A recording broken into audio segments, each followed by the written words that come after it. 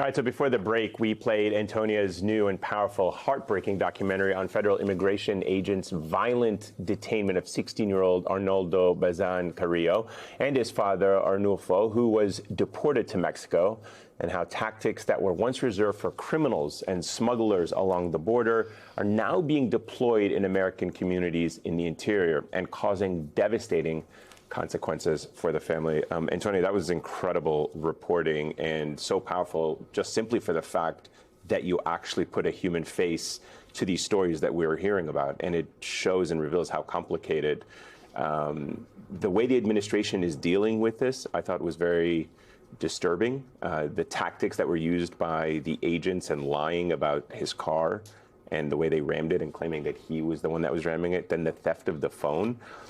Before we get into that, I just want to get an update from you on the family. And do we have any sense of what that family plans to do in terms of reunification at some point? Are they planning on going to see their dad?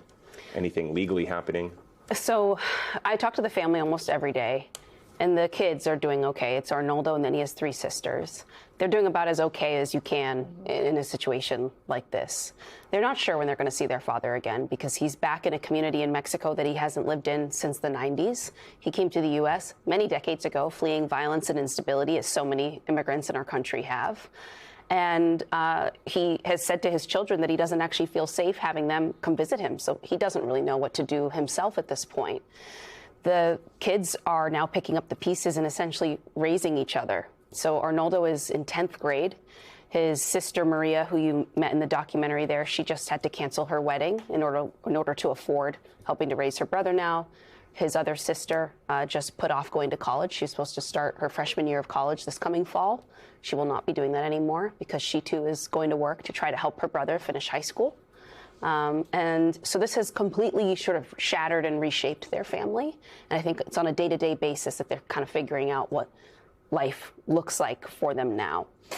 I guess what I found so upsetting, I mean, there was so much that's deeply disturbing in that you don't even know where to start to unpack just the complete government overreach and police state that Trump has created and that our taxpayer dollars are financing. But you have the son being brutally beaten and at a hospital, and a nurse trying to get someone to come and take a report, his sister trying, and there just not really being any interest in accountability from the police, from the local police. And then you also have the horrible phone being stolen, and it just, it goes from beatings and violence and lies to just petty theft. And you don't even know if the person who stole the phone has been forced to leave the government. There's been any accountability. Yeah, there's been anything. It's sort of a black box right now because, you know, what I found so strange is the moment, and Eamon, you sort of referenced this a moment ago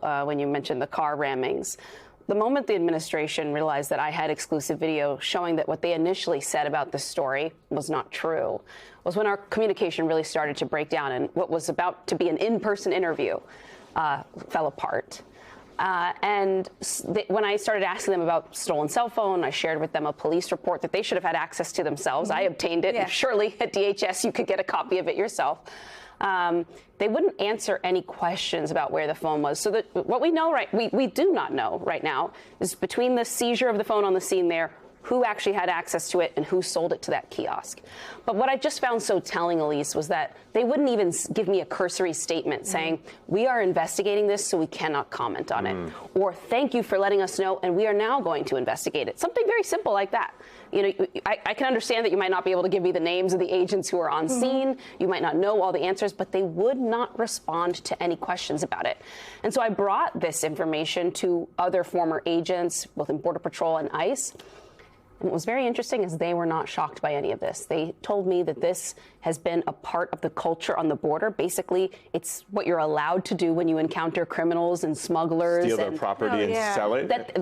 This is what former agents were telling me, is that it's just sort of known that on the border a different set of rules go. And so what they're concerned about now is as those tactics move into the interior, more and more Americans are going to start experiencing these tactics and these violations for themselves. And it's no longer going to just be something that happens to people who we don't know or who speak languages that are different from ours. It's now going to be in our backyards.